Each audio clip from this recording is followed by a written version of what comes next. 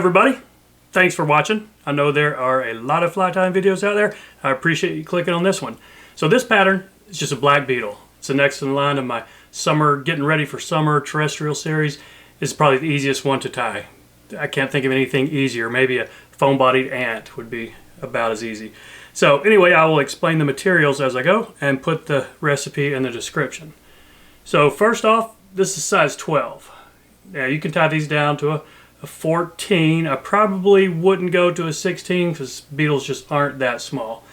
So size 12, standard length barbless dry fly hook, and 70 UTC in black. Now lay the base down pretty far back, because you'll see in just a minute that when you tie the foam in and wrap it over, it will be shorter than you look. So I've got a piece of 2 millimeter thick black foam, cut about 4 millimeters wide probably, with a taper almost the length of the hook. So just cut a little taper in it and catch it in. You've got to be a little careful. It will spin on you until you get several wraps. So is that the right position? Yes, it's going to be a little bit further back than that. So hold it tight with your material hand, and see, it's spinning on me a little bit there. Let's lock it in. Try not to get it spin. Okay, and then we'll take a look at the top.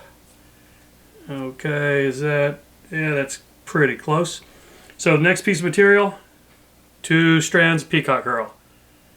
Snip off or pinch off the first couple of inches of the real brittle stuff and just catch these in here. This is just the underbody.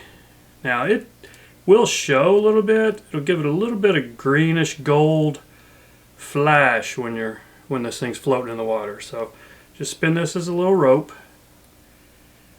Try to spin this around without knocking over my little blue backdrop here and not hitting the point of my hook.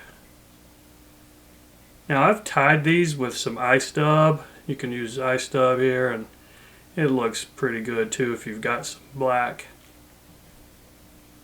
Okay, so let's see. I just hit my back right there. Don't want to see this flashy shirt I got on, so we'll try to keep that where it is. Okay, snip that off here. Now next piece is your legs. So I'm using some black flash, black crystal flash sort of.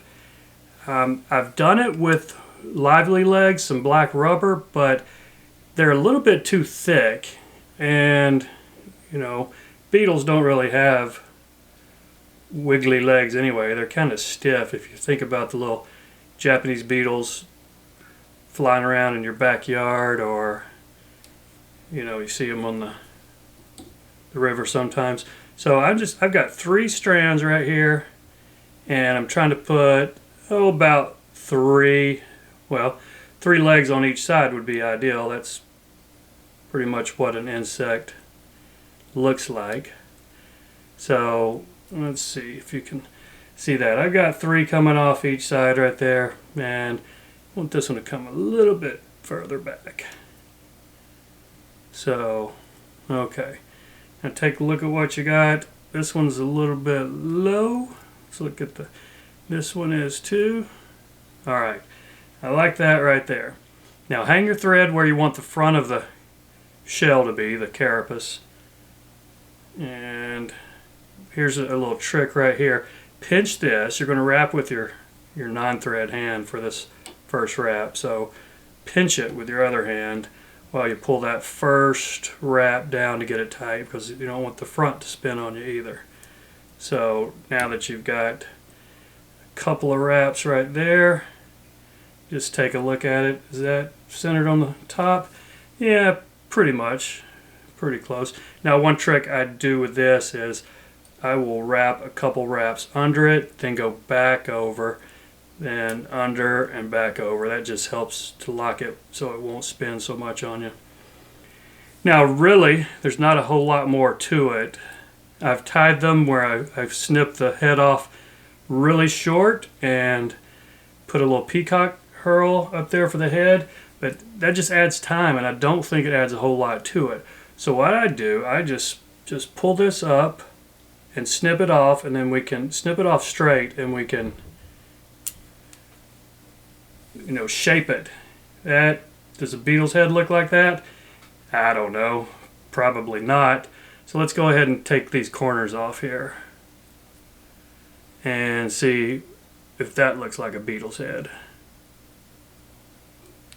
Does that look more like one? That wasn't a very good cut on this side. Let's try that again.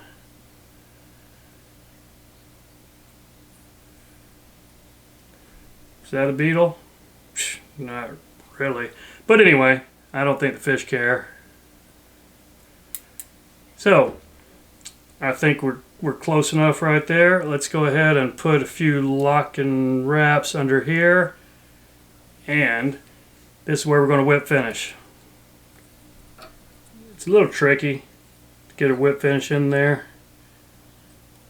We're not going to use head cement on this, but we will put a drop of Zap-A-Gap or super glue or something underneath there just to hold these threads tight.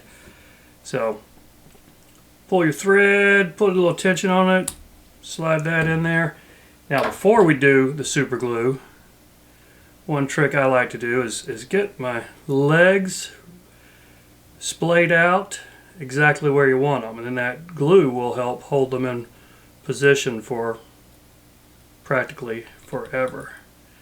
So okay, there's 3 legs coming off there like I like. Now let's see if we can do the same thing on the bottom ones here. There's a front one maybe. See if we can pull off a middle one. These aren't cooperating as much, but you know what? That's close enough.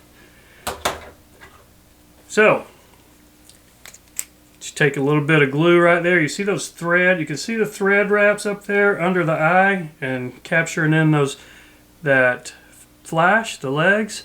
So I will just put a drop right there.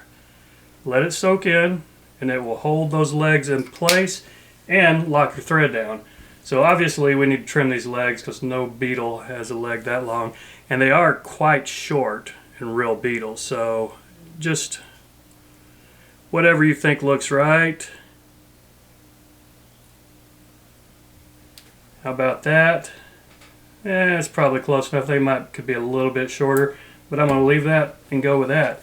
So there you have it. The easy foam beetle, probably the easiest terrestrial pattern I ever tie, and it can be quite effective. There can be plenty of times when dry flies just aren't doing it for you.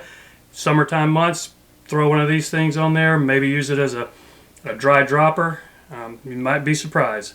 So anyway, if you've watched this far, I really appreciate it. I hope you'll consider subscribing. That's all, folks. Thanks again.